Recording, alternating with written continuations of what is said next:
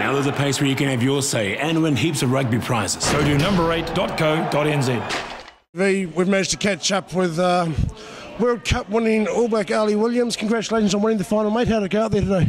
Yeah, it was a good battle, mate. I mean, a little bit sore, but yeah, shit, wouldn't that be nice to just sit here and just be able to talk about this? I'd have one of those in my hands and go, yes, you beauty. It's been, what, 2 years since you've been away? Why did you need a break, mate? What was going on? What have you been up to?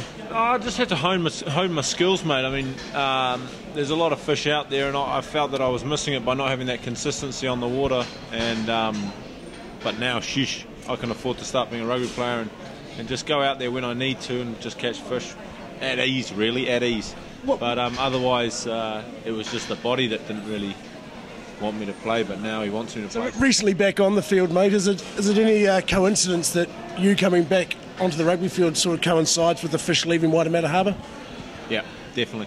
If we can just talk about your time off when you were working in the fashion industry and that, and of course the item you're most famous for is the development of the moon boot.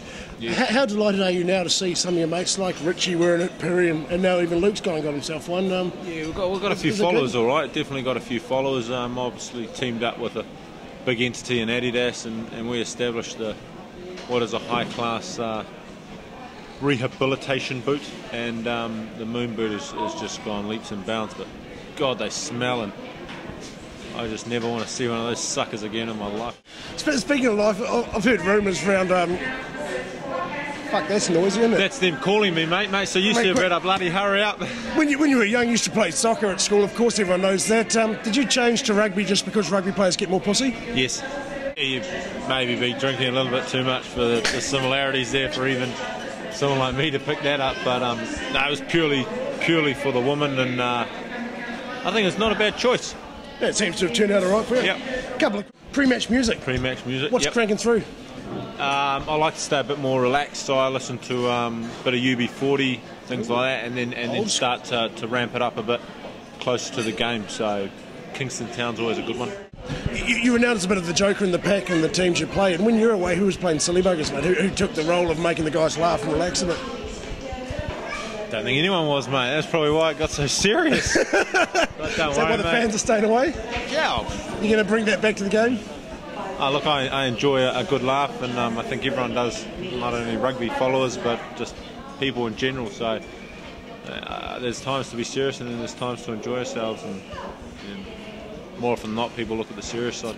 Yeah, it's the biggest pain in the arse in the Blues team at the moment. Probably me. Yeah. Yeah. Who's the smelliest? John Arfile. He stinks. He stinks, mate. Yeah, just before he reeks. Who's the biggest hitter you've ever had? Who tackles hard? Apart from when you got your bloody head knocked off against Wales. That was missed timing, though. I would have had him. You should have. Just a hundredth of a million of a second off, and I would have had him. Have you ever been hit by anyone called Isaac Banks? No. Plays in the under 85D division up at Teachers East, and reckons he's a bit of a hitman. He's got a theory. He's tiny. I've seen this guy. He's piss weak. He's about 69 kilos, dripping wet, but he tackles big guys, so he calls them big hits because the guy's big and he hits them. That's him, yeah. Does that work? Well, that means I would never put in a big hit in my life, then, wouldn't it? Oh yeah. Or maybe it could because I'm big and I hit you can hit someone small, still a big man hitting. Yeah, right. Eh? Work with that. Big. I once ran into Ruben Thorne when I was real young, and I remember seeing three of everyone for the next 80 minutes. So he was one of those guys with a real hard body. I like playing with Jerry. I think today's big hitter is obviously Jerome. He doesn't mind chucking his shoulders into it. He's smashing shit up, isn't he? Yeah, he's going good. World Cup time. I know you obviously haven't officially been named and all that jazz, but you and I both know that the squad's named and you're there. So well done. He's brilliant, mate. Do you know Graham Henry? Give him a ring, mate, and tell him what you think. I'll give Ted a call right now, mate. Brilliant. Him and I actually sat down and wrote the team a couple of weeks ago. Oh, fantastic. You looking forward to it, mate? Just, not so much the footy itself, but the whole occasion in New Zealand. Like as a Kiwi, if say you weren't playing, you're looking forward to the buzz that's going around. Yeah, I mean, I definitely think New Zealanders probably get a shock. The amount of passion that some of the foreigners bring into it, and probably the scale of the event. I mean, for instance, your businesses are sort of gearing up for it, but also, I mean, even in the airport, the amount of people that are going to come through and travel through, it's really going to test our country and its infrastructure. But I reckon in terms of time and a festive season, I reckon it'll blow America's Cup out of the water. It'll be brilliant, absolutely brilliant.